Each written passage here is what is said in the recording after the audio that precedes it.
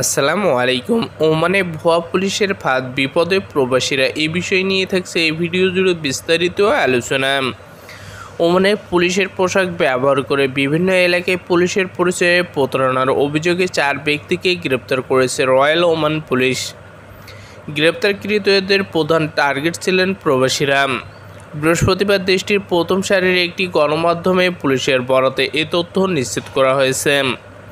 প্রতিবেদনে বলা হয়, দক্ষিণ আল বাতিনা পুলিশের কমান্ড অভিযান চালিয়ে ভুয়া পুলিশের পরিচয় দেওয়া ওই প্রতারক চক্রকে হাতে নাতে গ্রেপ্তার করে। তারা বিভিন্নভাবে ভয়ভীতি দেখিয়ে প্রবাসীদের কাছ থেকে টাকা আদায় করতেন। যেহেতু পুলিশের পোশাক পরিহিত থাকতেন, তাই প্রবাসীরাও ভয়ে কোনো প্রতিবাদ করতেন না। একই সাথে তাদের বিরুদ্ধে ছিনতাই ও চুরির অভিযোগও আনা হয়েছে।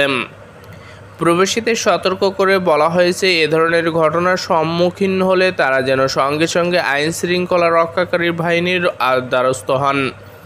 এছাড়া সব ধরনের অনৈতিক লেনদেনের ব্যাপারেও তাদের সাবধান করা হয়েছে।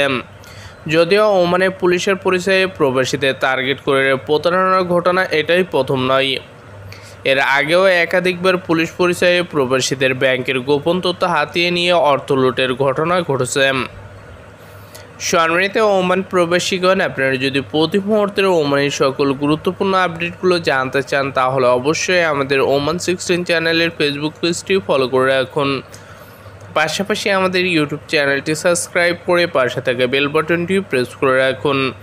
ওমানের পরবর্তী গুরুত্বপূর্ণ আপডেট দেখার আমন্ত্রণ জানিয়ে এখনকার মতো বিদায় নিচ্ছি। আসসালামু আলাইকুম।